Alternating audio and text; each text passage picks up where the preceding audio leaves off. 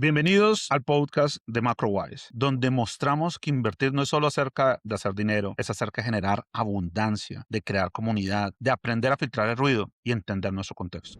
Listo, hola, Vale, ¿cómo estás? Bueno, Bien, ¿y tú? súper. Yo creo que empecemos con este podcast. Este es un poquito más de market commentary y la idea es dar un poquito de luz qué está pasando semanalmente con los mercados. Estoy con Valentina Ramírez. Valentina Ramírez es la encargada de la suscripción Black, de la relación con Family Office, con institucionales.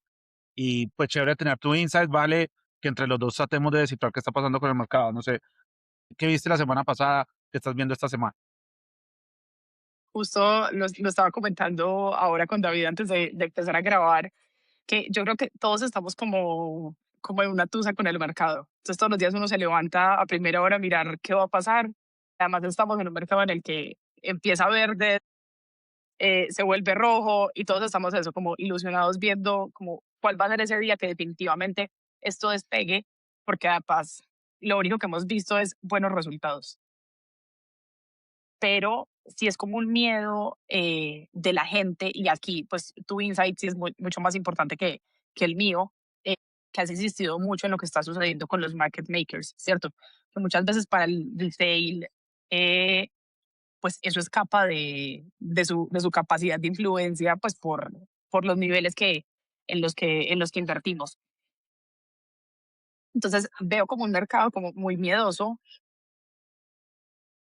inversionistas retail que todo el tiempo estamos buscando como la validación de la tesis porque parece que no nos creemos suficiente la tesis. Y me parece que lo más importante de este espacio, Guille, es que definitivamente nos creamos la tesis, ¿cierto? Que le demos como esa validación y peso para que pues todas las personas con las que trabajamos, nosotros que tenemos skin in the game, por supuesto, pero que estemos seguros de, no a qué le estamos apostando, porque creo que la peor palabra con una tesis tan fuerte es apostar, sino que en qué estamos invirtiendo.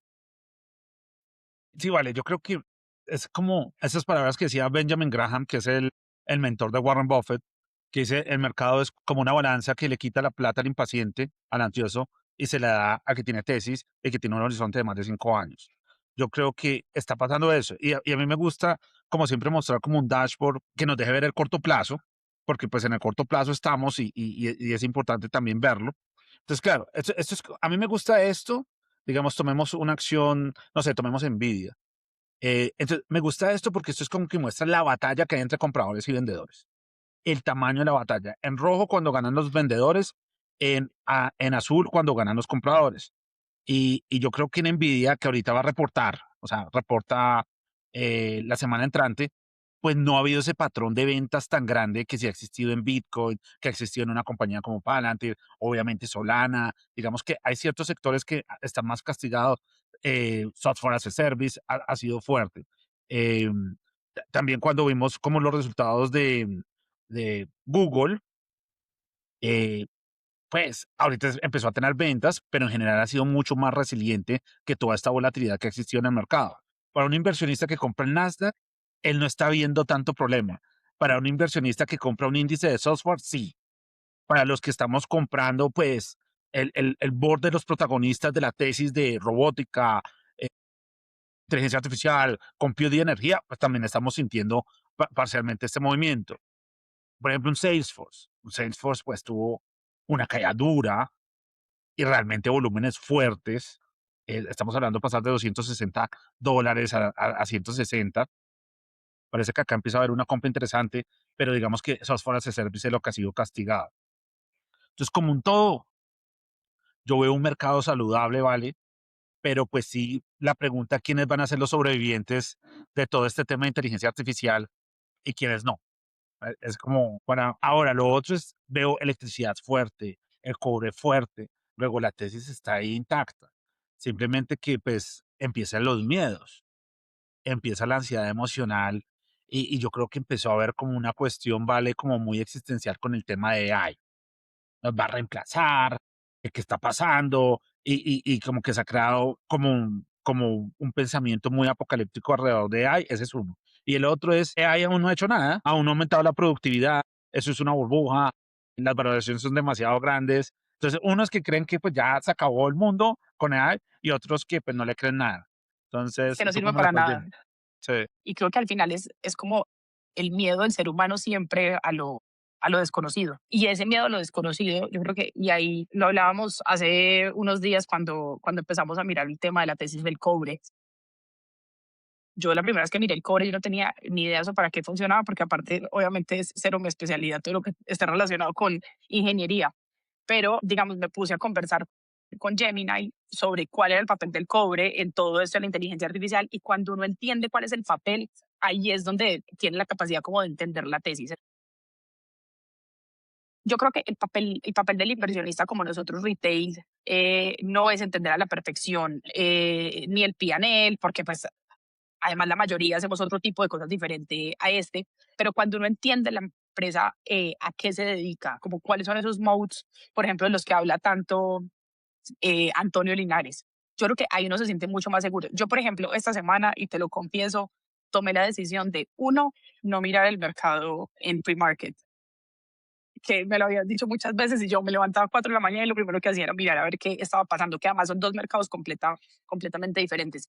Y siento que hay otra cosa que ha pasado y es que hemos estado demasiado, a mí no me gusta usar la palabra demasiado porque tiende a ser negativo, pero hemos estado demasiado pendientes de lo que dice Trump. Y eso es lo que está definiendo si compramos o vendemos. Y yo Va- incluso he sentido que ellos le han bajado un poquito el volumen porque ve el impacto que está teniendo en la bolsa. No sé si estoy equivocada, pero eso he sentido como en la última semana. Yo siento, vale, que a veces el mercado es como un truco de magia, ¿no? Y uno se queda mirando el sombrero y no ve el conejo. Entonces, y cuando uno mira demasiado los titulares de Trump y todo eso, yo creo que no está el valor. Y sabes que sí he mirado mucho y me está llamando la atención. Por ejemplo, lo que presentó China de estos robots de Unitree, pues danzando con Kung Fu y pues unos movimientos que pues son desde el punto de vista de automatización muy difíciles. Y más que el show que está bonito, que está impactante, digamos, Optimus va a sacar robots del orden de $30,000, Tesla, y Unitree tiene robots de $6,000. Y digamos, ellos proyectan 16,000 robots. Elon pues quiere hacer mucho más, pero digamos, el market cap, el tamaño de la oportunidad del mundo de los robots es de 5 trillones. Entonces, 5 trillones, estamos hablando compañías como Nvidia en 2,5 trillones, compañías como Google, o sea, están haciendo una nueva compañía de ese tamaño que va a estar en el mundo de la robótica. Entonces yo ahí veo una oportunidad grande. Entonces no me estresa en la tesis, veo 5 trillones en crecimiento. Puede ser ideas de inversión que tengan un CAGR de más del 37%. Pues hay cosas que ese supply chain está demasiado concentrado en China, que es un supply chain que también nos va a tocar buscar ideas en Japón también. Digamos que eso es interesante. Entonces, digamos, convergencia número uno, lo de robótica es grande y es serio. Entonces, ahí yo creo que esa tesis apenas están haciendo. Y la otra fue en el podcast que hicimos también con Hernán en 10 AM, que somos parte del mismo ecosistema. Cuando entrevistamos al CTO de Solid Strategies, vi nítido algo que no había visto nítido, ¿vale? Y es como Internet era muy aburrido antes de 1995. Ya 198.166, no lo entendía nadie, quería mandar un mail, tenía que usar Telnet hasta que aparece el browser. Pues cripto es lo mismo, cripto es supremamente técnico hasta que aparecen estos agentes que empiezan a ser los actores reales de este nuevo Internet. Y eso apenas están haciendo. Nosotros siempre decíamos, la opción de cripto es, los ETFs, BlackRock, pero BlackRock, pues sí, crea acceso, democratiza el acceso, pero no había casos de uso. Ya, y están naciendo con mucha velocidad, y eso me tiene, los mayores usuarios de cripto no van a ser humanos, los mayores usuarios de cripto van a ser agentes. Para mí fue muy claro cuando tú lo dijiste y creo que esto es lo que hay que comenzar a hacer. ¿Cómo explica uno esto para dummies? Porque al final todos nosotros somos eso, ¿cierto? Como dummies. Y lo resumiría en dos cosas. Una que dijiste y es cómo pensamos ver a estos robots o estos agentes abriendo la billetera y sacando un billete de 20,000 pesos para pagarle al otro robot. Entonces, al final ahí es donde los vamos a aumentar. Y la segunda es, todo lo que acabas de decir se resume en, esto no es un mercado pensando en 2 o 3 meses de horizonte. Esto es un mercado pensando en 3, 5, 10 años. Y yo creo que ahí es donde todos los retail investors tenemos que eh, estar concentrados en no perder la tranquilidad por lo que está pasando ahora. E incluso cuando perdamos la tranquilidad, lo primero que tenemos que hacer es ampliar la gráfica y mirar de aquí para atrás cómo nos ha ido con la tesis de inversión. Y vale, yo creo que estos espacios son muy importantes y por eso este es un podcast que es de la comunidad de MacroWise en general, o estamos los que trabajamos en MacroWise, o hay clientes de MacroWise, o hay personas muy relacionadas, muy cercanas al ecosistema. Estamos demasiado cercanos. En general, los clientes terminan siendo amigos después y ese es el proceso natural, porque yo creo que eso crea mucho valor. Yo siento, Vale, que el trabajo del financial advisor en 2 años o 3 años no tiene sentido, porque va a ser más. O tengo algo en cloud o alguno que me da un portafolio de referencia. Pero es que yo digo una cosa, un portafolio es un commodity. Hoy por hoy, un portafolio es un commodity. Lo que es interesante y lo que nosotros queremos crear como compañía son los protocolos de capital. Un capital protocol es diferente, es portafolio, más tesis, más proceso emocional. Ahorita lo que a uno le hace daño son las emociones. Cuando hay una curva S, uno la embarra de dos maneras. Una, la más dura y la imperdonable desde mi punto de vista, es no tener exposición a esa curva S. No haber hecho el esfuerzo de entenderla. El que hizo eso, pues está grave. Y si no, pues tiene la oportunidad de despertar y meterse en una buena comunidad y aprender. Pero el otro error que uno puede cometer muy fácilmente es cuando ya cree que entiende, toma una posición demasiado agresiva. Y cuando toma esa posición demasiado agresiva, ¡boom! Viene la caída del 50% y uno dice, pero yo por qué metí tanto. ¿Y qué tal que no? ¿Qué tal que no sea la tesis? Y las tesis pueden cambiar, claro, las tesis se pueden falsificar, pero entonces le meto mucha ansiedad a mis posiciones y le daño la consistencia. Y esa consistencia es lo más valioso. Yo creo que el éxito en el largo plazo de las inversiones es 20% stock selection, 80% proceso. Proceso es lo más duro y por eso es muy importante crear estas comunidades y estos espacios. Y en parte del proceso, yo metería mi gran aprendizaje de todo esto y es el cash. O sea, cuando uno le está yendo bien, uno tiende a olvidarse como de esos must que debe tener la lista. Ese digamos que es mi gran aprendizaje de todo esto, que me siento supremamente tranquila, como te decía, con todas las inversiones, porque estoy súper, no montada en la tesis, sino sobre todo convencida de la tesis. Y ya algo que decías ahorita de la comunidad, y yo creo que esto es algo que podemos como promover de alguna forma, que esto pues yo lo logré gracias a ti, y es esas compañías en las que pueden hacer parte de la tesis, pero que uno muchas veces pues va y se lanza de cabeza simplemente porque, no sé, en Twitter vio que hay una comunidad, en Twitter no, perdón, Next, vio que hay una comunidad y que están todos invirtiendo en eso. O sea, ¿cómo logramos crear unos procesos para que cada una de las personas que están dentro de MacroWise pues puedan aprender a identificar ese tipo de acciones, que me parece que eso es lo más importante de la comunidad? Sí, yo creo que uno debe tener una mentalidad muy abierta, siempre de descubrir, pero descubrir no significa distraerse y ese es el error más Exacto. grande. O sea, uno debería gastar mucho tiempo investigando, un 80% en descubrir cuáles son las nuevas tesis de inversión, donde vamos a tener nuevas oportunidades, pero eso no quiere decir que tengo que migrar mi posición. Digamos, yo creo que el error más grande que uno comete es, digamos, Bitcoin ha subido mucho. Entonces, ya, todo el mundo quiere tener el Bitcoin del 2013, pero muy pocas personas vieron eso y lo compraron muy barato. Entonces yo digo, estoy comprando caro. Y me digo, quiero encontrar el próximo Bitcoin. ¿Cuál es el próximo Bitcoin? Y ahí termino metiéndome en tokens bastante chitis que van a valer cero. Cuando el próximo Bitcoin es Bitcoin, el próximo Bitcoin es la posición, el próximo Palantir es Palantir y listo, que No, está te caro. pongo el ejemplo de Tesla con el tema de energía solar. Tal vez yo no necesito ir a buscar acciones de energía solar porque es que precisamente Tesla es lo que está desarrollando. Terminas validando lo que acabas de decir, pues el próximo Tesla es Tesla. Y ya que tocas el tema de Tesla, a mí lo que me llama, obviamente, nada de lo que nosotros estamos hablando es consejo de inversión, es lo que nosotros investigamos, es en lo que nosotros tenemos carne en el asador y ese es un espacio de comunidad, personas que estamos pensando cómo invertir, cómo ser activos, cómo entender esta transformación tecnológica y geopolítica y bienvenidos los que quieran ser parte de este combo, pero pues esta es la filosofía tanto del podcast como de la empresa. Y yo creo que, vale, es que siempre es como los inversionistas fundamentales. Para los inversionistas fundamentales, todas estas compañías tecnológicas son muy caras, porque el flujo de caja y todo tiene que ser con esas métricas.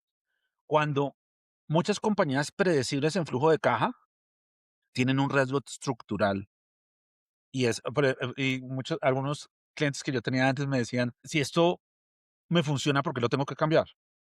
Es verdad, hasta que deja de ser verdad, porque lo más doloroso es no aprender. Si yo no tengo en mi compañía unidades de aprendizaje, no tengo cómo adaptarme a una disrupción tecnológica. Viene una disrupción. Si está pasando la disrupción en una compañía como Salesforce, que es de tecnología, hace CRMs y está teniendo una disrupción con todo este tema de AI, no me quiero imaginar la disrupción que viene en compañías que puede tener un flujo de caja muy predecible, parecer muy seguras, hasta que dejan de serlo. Ejemplo, Simon Property Group, desarrollador inmobiliario, construía shopping malls, pues. ¿Y qué pasa? Aparece Amazon y nosotros nos cambiamos el hábito, ya estamos comprando por aquí. Entonces, cuando compramos por aquí, esa compañía empezó a tener problemas y parece que no tuviera nada que ver. Claro, muy predecible, un muy buen dividendo, pero es una compañía que tiene un coeficiente de aprendizaje lento. En cambio, hay otras compañías que hoy están como, sí, estaba muy caro, estaba sobrevalorado y uno no ve que tienen las unidades de aprendizaje más tremendas de la historia y que van que a ser nuevos seguramente máximos. y que seguramente son las que más lo tienen. Es que es la gente que más está invirtiendo en ese tipo de cosas porque saben que son las que más amenazadas pueden estar por eso. Y construcción, o sea, tipo, construir, cuando uno está construyendo, cuando uno tiene el mindset de construir, pues se equivoca. Hay una construcción que no va a funcionar y toca hacer otra. Y eso se llama volatilidad. Esa es la razón por la que caen las cosas. O cambia el entorno macro. O cambia porque es que la volatilidad no representa la realidad. La volatilidad representa la percepción que tiene el mercado de algo. Entonces, cuando llega una narrativa a dominar y está la narrativa de eso está sobrevalorado, bla, bla, entonces, pues sí, se expresa en el precio. Pero cuando llega la evidencia de que esto resuelve un problema que la mayoría del mercado no entendía, boom, nuevos máximos. Y, Es lo interesante. y es lo que ha sucedido con Nvidia últimamente. Cada vez que sacan resultados, la acción no sube lo suficiente porque la gente está esperando mucho más. Nunca termina de ser suficiente porque la gente no está entendiendo como el big picture o la película completa. Sí, mira, a mí Nvidia, a mí me encanta. Jensen es como uno de mis ídolos, pues. Jensen es wow, como persona, como thinker, como doer, como CEO, como muchas cosas. Ahora, yo siento que Nvidia es tan buena, es tan buena compañía que ese es su problema, que es tan buena que todo el mundo decidió copiarla y decidió copiarlo sus clientes. Entonces, y está cambiando un poquito la demanda por hardware. Entonces, una compañía que estaba dormida como Apple, hace hardware y también hace sus procesadores, ahora con los minis está volviendo a vender Es increíblemente con como estos agentes. se les apareció la Virgen. Se las abrazo. O sea, fue tal cual eso. Pero entonces, ¿qué pasa? Tienen competencia AMD, tienen los TPU de Google. Obviamente ellos se van a reinventar, pero el espacio estratégico de inferencia, yo creo que se va a volver muy commodity, va a tender a bajar de precio y el game theory de eso no es tan chévere. Ahora, hay otras compañías que a mí me parecen más interesantes en el mundo de los semiconductores. Todos ellos necesitan alguna compañía en particular que tiene monopolio de otra cosa. Entonces, eso es como lo que hay que tratar de analizar. ¿Cuál es el contexto? ¿Cuál es como el espacio de decisión y donde están como las oportunidades más interesantes? Ahora, Nvidia sí es muy importante porque lo que le pasa a Nvidia en earnings, pues va a mover todo el Nasdaq. Sí, sí, y es imposible predecirlo. Como para cerrar, y yo creo que la próxima semana podemos hablar de eso, porque obviamente predecir el futuro, eso no nos toca a nosotros, pero seguramente pues el miércoles va a haber mucha volatilidad, como acabas de decir, y yo creo que no va a ser suficiente. O sea, creo que el mercado está esperando y creo que ni siquiera son buenos números. Con él siempre es muy importante lo que diga después en su presentación. Para mí, tanto los resultados de Nvidia como los de Tesla son lo que uno no se puede perder, porque es donde más aprende hacia dónde va el futuro, en ambos. Cuando Billion y Jensen hablan, hay que escuchar. Sí. Entonces, Así que yo vale, te propongo que la próxima conversación sea esa, pero después de resultados y después de ver qué va a encantado. decir. De ¿Te una. parece? Listo, vale. Bueno, Guille, Abrazo. eso. Gracias. Chao.